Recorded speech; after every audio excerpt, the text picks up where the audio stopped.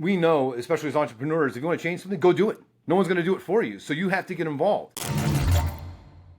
All right, so I'm so excited that we're going to go to the same conference in Puerto Rico in a month, Brett. And I just love the fact that we didn't see each other for years and then connected at an investor summit in Puerto Rico earlier in January. And so I've gotten you plugged into the Liberty Ventures Network and are doing a lot more with GPO Plus. But thanks for joining the podcast and thanks for everything that you're doing and being an example of a principled business leader building a great business right now. I'm trying. I think anyone that wants to be an entrepreneur needs to get their head examined. But yeah, it's definitely has its challenges, but it's also awesome, man. It's awesome. And Puerto Rico, that was great running into you, man. Because you're right. It was a number of years. I got out of politics. I had to get back to work to make money, and in doing so, I mean, I was shocked, and I got that WhatsApp text for you that you were going to be there. I was so thrilled, and then we had a great conversation. That brings us to kind of where we are now. Lots have happened in this last year. Yeah, but let's take a step backwards because before we get into what you're doing with GPO Plus, I want you to share with everyone your backstory here because you've done business, you've done politics, you've done nonprofit work, and now you're back into the business space. So what's been the trajectory for you with all this? Do you want me to start in the beginning? Sure. Sure. So let's alienate a bunch of the listeners right off the bat. So I dropped out of high school. I joined the army. I became a stockbroker when I was really young. I did Army Reserves, so I did a bunch of training, came home. Became a stockbroker at a young age. Had my own New York State broker dealer at a young age. Took a bunch of companies public during the dot coms.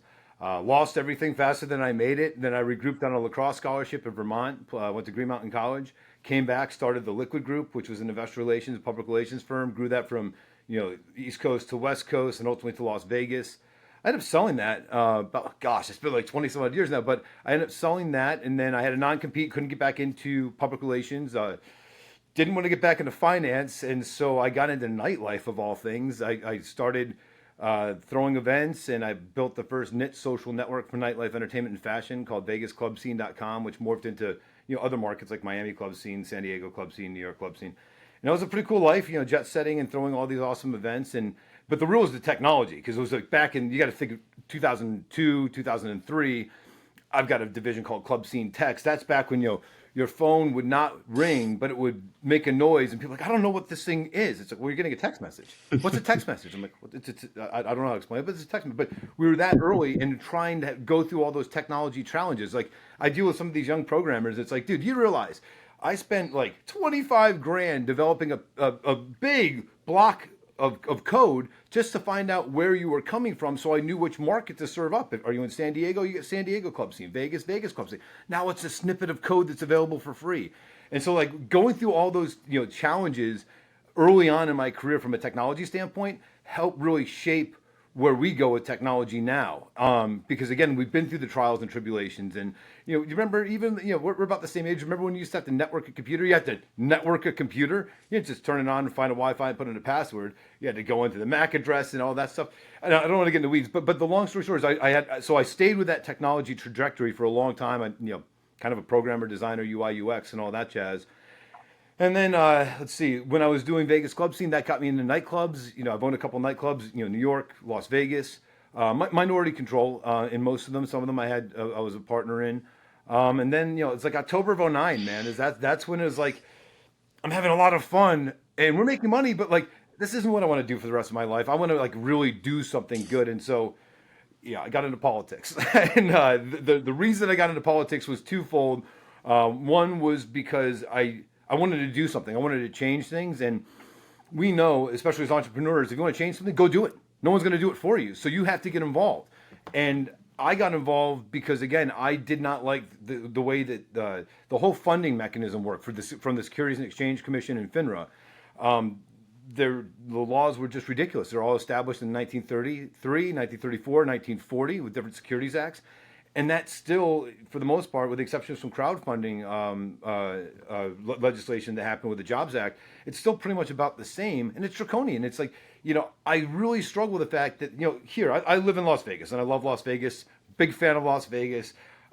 We can take all of the money that we have and go right to a casino and put it on black if we want to. There's no one running up and saying, hey, do you know there's a high chance you can lose all your money and all these risk factors? No, you can go do that because that's normal business. But why can't you do that if I have a great idea and you might not be a high net worth individual and accredited investor? Why can't you invest in my company? Maybe we grow up together. Maybe you really believe in it. Maybe you work part-time to help me out and help me get there. So that's kind of why I got into politics. And then, the more I got involved, the more local I got. The less I could care about the federal stuff, the more I cared about, what's happening in my own backyard. So I got really involved with Nevada politics. And I did that for a number of years. And as you know, and that's where we met, I was chairman of the Libertarian Party for 2 terms here in Nevada, 3 terms on the Libertarian National Committee, either a fellow, senior fellow, or associate with the Leadership Institute. Worked at Turning Point, the State Policy Network, Nevada State Policy Research Institute. Goes on and on. So all the usual suspects, for conservatives and libertarians, and did that. And then after the 2016 election, I was very, very involved with the legalization of cannabis here in Nevada. So we helped from the very stages of getting that on the ballot.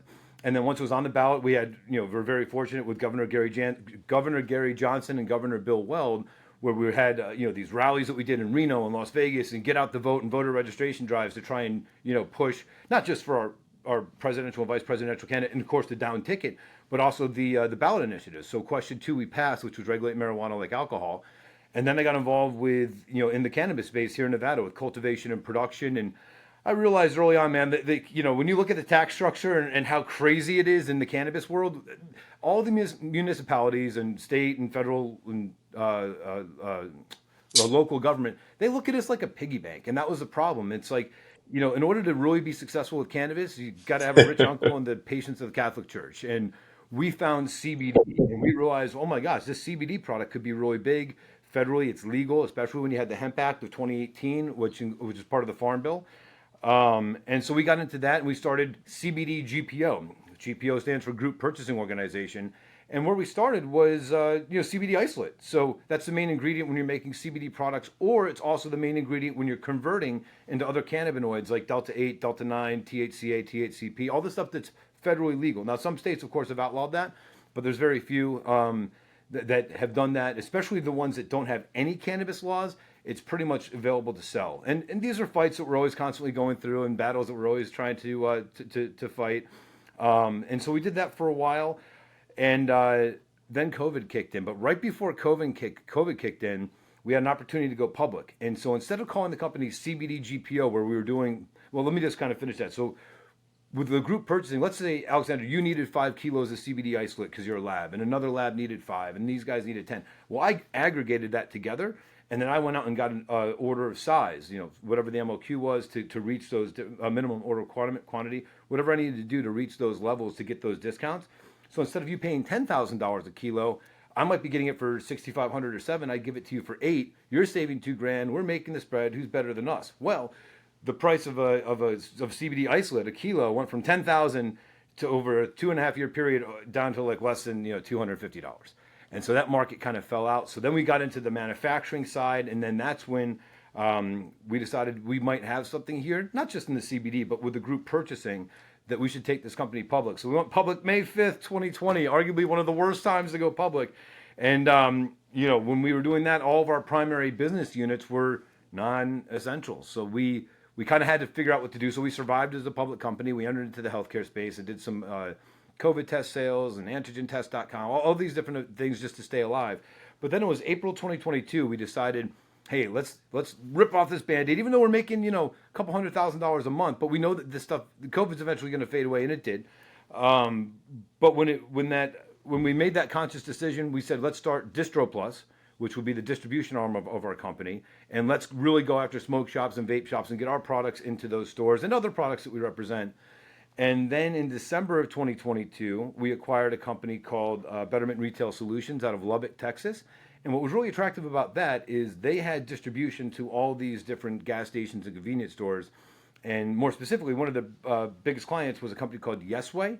Yesway also is a conglomerate, and they're the 19th largest convenience store chain in the country. And so that to us was really interesting and really attractive.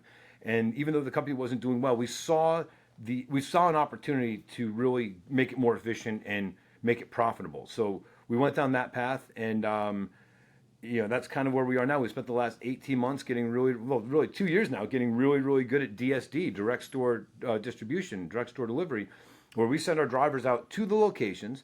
They and we built out some whiz bang technology as well called Prism. So they walk in, they take a before picture, any of the products that they add to our areas. We have a kiosk, and it's called the Feel Good Shop Plus. It's right by the counter in over 500 locations. And what that is a curated product mix of all of our intoxicating hemp products.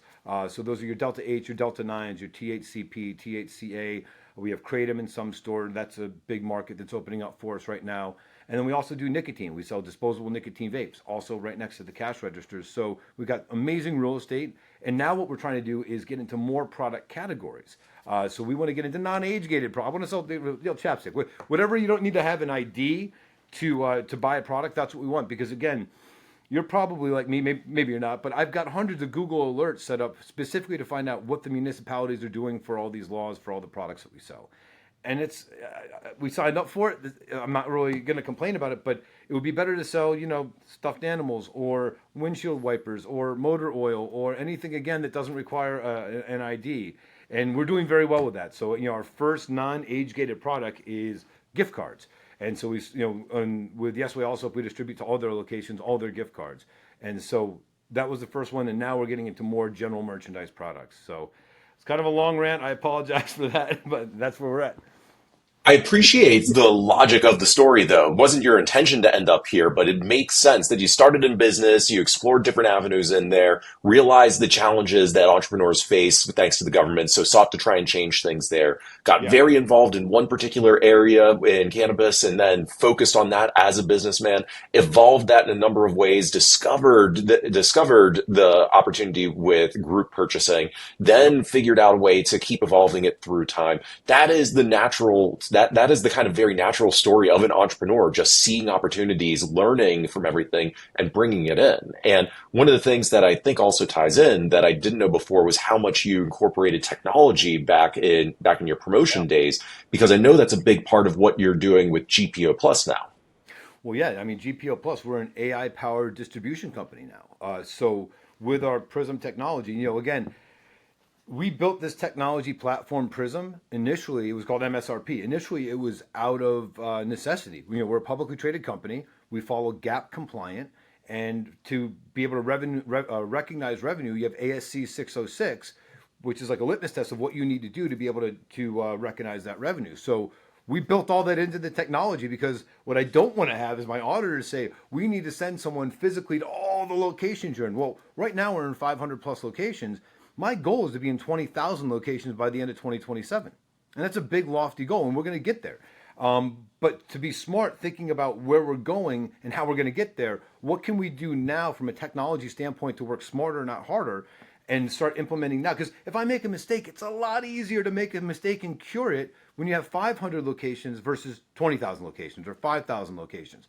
So it's like, on one hand, last year we did a little over 4.3 million in gross sales, and that's good for our first year out of the gate. We're happy about that. But it wasn't a growth year. It was let's get really, really good at DSD year. And now moving into first quarter next year, which is, oh gosh, it's a couple weeks away.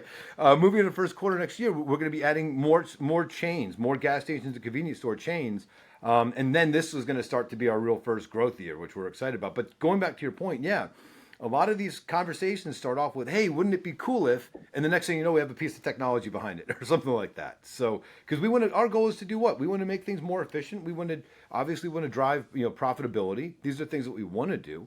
My light's going on off, but these are things that we want to do, and you do that and achieve that by being open minded, trying to always question everything, and always say, can we do it better? And we do that. But I don't want to sacrifice things like we talked about this at Principal Business. Crony capitalism is the single biggest issue that drives me nuts with politics. And it's everywhere. It's absolutely everywhere. Whether it's a local thing. I mean, you ask anyone in Las Vegas, what's our state tree? There's one answer: the orange cone. There's construction all over the city. It's ridiculous. Those cones cost us a fortune as taxpayers, and they're everywhere. And that happens because of crony capitalism. There's places where there's cones out that we won't see construction for months, but that's job security, people doing stuff like that. That's the stuff that I can't stand. But it doesn't matter if it's a cannabis company paying a lobbyist trying to get rid of, CBD. That's the crony capitalism stuff that I can't stand and I want to avoid. So we obviously don't practice any of that stuff. We take care of our employees. We put our employees and our retailers and our customers first. And we are driven by profit, of course, but we're building something more than just a profit generating machine. That's the consequence, But what we're building now is getting good people. We have very, very low turnover with our employees and our team. We try and take care of them the best we can. We want to go above and beyond for all of our retailers to make sure that we're solving as many problems as we can and helping make their life easier. So yeah, that's kind of where we're at right now, and it's just going to get better with technology. The more technology that we have to throw at this. I mean, Chris, I think we're going to be a data company in the next 4 years because of just the raw level of data we have. And if you look at our industry, man, I won't set you up with the. Go ahead. No, go ahead. No, I wanted to actually get into that more and have you explain the direct-to-store delivery industry and just where you fit into it, both in terms of the competitors out there and also just how much technology is actually involved in delivering the inventory to gas stations, convenience stores, all the stores that you work with.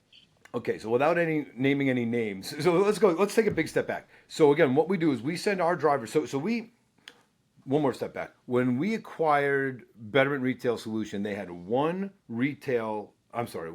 distribution center in Lubbock, Texas, servicing as far north as Wyoming and South Dakota, as far east as Iowa, as far west as Gallup, New Mexico, and then just one facility servicing all that. They were sending out big box trucks with per diems and hotel rooms, and it wasn't efficient. So we moved to more of a traditional hub and spoke model. So that was the first big move that we did. So now we have regional hubs that support our mini hubs, and we have 6 mini hubs. We have 1 regional hub. We have a second regional hub coming online in Albuquerque. And so that's the first thing, was we had to build the infrastructure. Now we send all of our drivers, whether they're in a regional hub or a mini hub, they go to the hub location, they get all the materials that they need for that route, which is all packed the night before, because again, we're tied into EID systems, so we have that level of inventory, so we know, or at least we believe we know what is sold, and we have backfill to cover that. The drivers go to each store every single week using the technology that we developed, and now it's it started as just the revenue recognition component, like I mentioned. But then it's morphed into driver efficiency. Why is this driver spending 21 minutes at this stop and 16 at this? How come there's so much windshield time between this location and that location? What can we do for route management and make that more efficient? So these are all the things that we're doing that most companies that are in our spot, they're little mom and pop companies. They've been around for a while and they drop ship, or they just do what they've been doing forever. Then you have the major companies, the big companies that want really nothing to do with what we're doing at all. They're, the Hackneys, the McLeans, they're monsters. They're 128-year-old companies, 148-year-old companies. And a lot of these companies built their technology rails back in the 1990s, 80s in some cases. And so we started at the pinnacle of technology. Like, all of our technology is started where we have the most access to the greatest things. And so our answer is yes to everything, not no. We want to try and figure out how to make these things work. And you want to talk about an industry that's ripe for disruption from a technology standpoint, it's the gas stations and convenience stores. And so we're competing with these major distributors, but instead of competing head to head, what we've realized over the last couple of years is you go to any convenience store or gas station in the country, look around. 80 to 85% of all the products that you see, they're distributed by the big ones, the Hackney, the McLean's, Frito-Lay, Coke, Pepsi, Red Bull, etc. But when you look at the 15 to 20% that's not, that's the major pain point. And that's the market we're trying to not just enter, but dominate. I mean, it's highly fragmented, and they've been experiencing rapid growth ever since COVID. And a lot of those product categories, either the big companies are not nimble enough to understand that category and get into that space, or they just say we're too big, we don't care, And we love that because we're happy to take the crumbs, because the crumbs are coming off of a $327.6 billion industry. Happy to take those crumbs. Those crumbs could be representative of $50 billion annually. Yes, those really aren't crumbs in any way, shape, or size. Those are big slices that you can go after here. But with those kinds of big players and competitors, what it keeps you up at night that makes you worry either about the industry or what they're doing for you? Well, see, I look at the world, I guess, probably differently, because a lot of people, they see problems. I always see the opportunities, because again, we're a smaller company, so we can react a lot quicker to these things. I am worried about legislation changing on some of the age-gated products. That absolutely keeps me up at night, which is why we're working so feverishly to have that represent such a smaller percentage of our total overall portfolio. Right now, it represents almost everything. Disposable nicotine vapes has been under attack. All the Delta Pot products have been under attack. I think we have a pretty good runway right now with the new administration coming in. I think that's very pro our business. and I think we're going to experience a lot of growth. But again, any local or state government can come in and say we don't want to sell disposable nicotine vapes. We don't want to sell Delta 8 gummies. And so then we have to be ready to go because we already have had to pull product and move it into other areas. So, and then we have to replace that or else we lose the revenue. So I think the main thing for us, which keep me up right now, is I need to raise capital. Like we've been doing this on a shoestring budget and we've been doing very, very, very well. We've invested just over $4 million over the last few years to get to where we are now, and we've learned a lot. We've learned a lot. And now I'm very comfortable with a couple things. One is we're diversifying our sales channels. So instead of just relying on our distribution to the gas stations and convenience stores via distribution, we're getting a call center established. We just announced that we're taking our entire infrastructure, our warehouse network, which all needs to be upgraded to ambient cooling, which allows us to do food products like beef jerky, potato chips, even merchandise like T-shirts and hats. Some of those retailers require us to have not swamp coolers, but ambient cooling with AC. So we're going to be upgrading our entire warehouse network. In doing so, on our regional hubs, we're going to be adding a cash and carry. And then our mini hubs, they're exclusively going to be a cash and carry. And so we're going to be launching probably 6 to 8 cash and carries over the next year.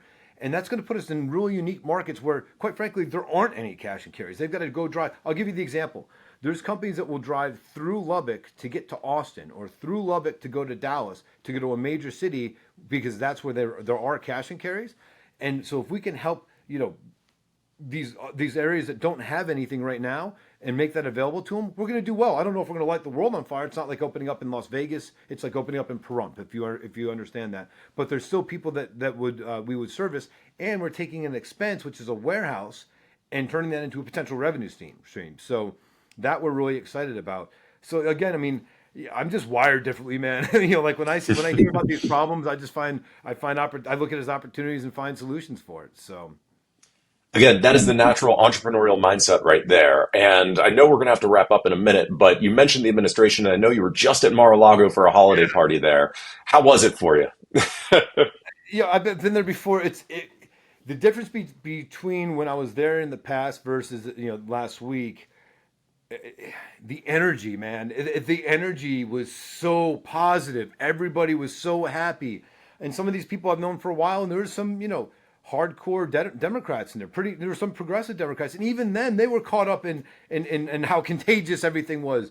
I feel really good about what's happening right now with this administration. I really do, and I'm getting hell for it because of being a leader previous leader in the Libertarian Party. I'm still a libertarian. That's not changing, but it's like, why do we do this? Why did you start Students for Liberty? Like, what's the motivating factor? For me, it's like I want less government, not more. I want less regulations, not more. I want common sense government, not this crazy stuff that we've been dealing with. And so for me, I don't care what the vehicle is. If a Democratic candidate came out and said, I'm going to help you achieve your goals, I'm going to get behind that person. But what I think is really unique about this administration is look who Trump surrounded himself with. Most of them are former Democrats. You got Elon Musk, Vivek, who I think is a superstar.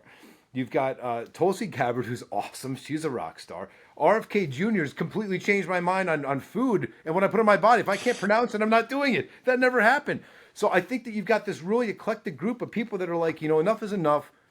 We've got to get back on track. And I was listening to it was Mark Anderson and Joe Rogan. Mark Andreessen. I preface, I always get it wrong, but he was even saying, he's like, there's a good sporting chance we could be entering into a golden era. And I believe that. And so instead of being an obstructionist and saying, oh, you're not libertarian enough, or whatever the case is, I'm going to get behind the people that are making the change, and I want to help make that change as well. And who knows? We'll see what happens. Maybe I'll get back involved with politics because I am patriotic for the first time in a long time. A very long time. This is the first time I feel like, we're going to be negotiating on our toes, not on our heels as a country. And I think that if we can just keep this momentum going, and you want to know what keeps me up at night? The Mitch McConnell types. That mentality keeps me up, because if they're obstructionists for what Trump is doing in his administration, and whether it's the appointments and trying to block them or whatever, I think you're going to see the Charlie Kirks and the Alexander McCobins and the Brett Pojunises and everybody else mobilizing for the 2026 midterms just to get rid of all these people that are in the way. And there's going to be more excitement and enthusiasm.